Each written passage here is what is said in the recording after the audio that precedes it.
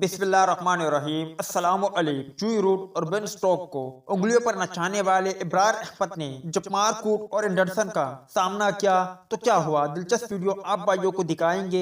गुजारिश है इस मुख्तसर वीडियो को आखिर तक जरूर देखें, इस वीडियो को लाइक करें और इस वीडियो के मुतालिक कमेंट सेक्शन में अपने राय का इजहार जरूर करें। दोस्तों, इंग्लैंड के खिलाफ दूसरे टेस्ट मैच में जब इब्रार अहमद की डेब्यू हुई और अपने डेब्यू मैच में उन्होंने 11 खिलाड़ियों को आउट किया, मतलब कि पहले इनिंग्स उन्होंने 7 खिलाड़ियों को आउट किया और दूसरे इसमें वो 4 खिलाड़ियों को आउट करने में कामयाब हुआ। जिस तरह उन्होंने बेन स्टोक को बॉल किया था, उनकी बॉलिंग ने बेन स्टोक को हैरान किया था, जो कि इब्रार अहमद की ख्वाहिश थी कि वो जूई रूट और बेन स्टोक को आउट करे। कुरान पाक जिनके दिल में हो और जो हाफिज कुरान हो, उनके अरमान कैसे अधूरे हो सकते हैं। इब्रार अहमद के वालिद साहब ने भी कहा कि मुझे पहली खुशी तब मिली थी जब इब्रार अहमद ने हिफ्ज किया था, मतलब कि वो हाफिज कुरान बने थे, और दूसरी खुशी तब मिली जब उनकी पाकिस्तान टीम में वापसी हुई, मतलब कि पाकिस्तान टीम में नाम आया और पाकिस्तान टीम में उन्होंने बहुत उम्दा बॉलिंग का मुजाहरा किया। ये दूसरी खुशी मुझे तब मिली। आपको बताते चले कि इब्रार अहमद और मारकूट और एंडरसन का जब सामना हुआ तो पहले एंडरसन को इब्रार अहमद ने एक शानदार चौका लगाया,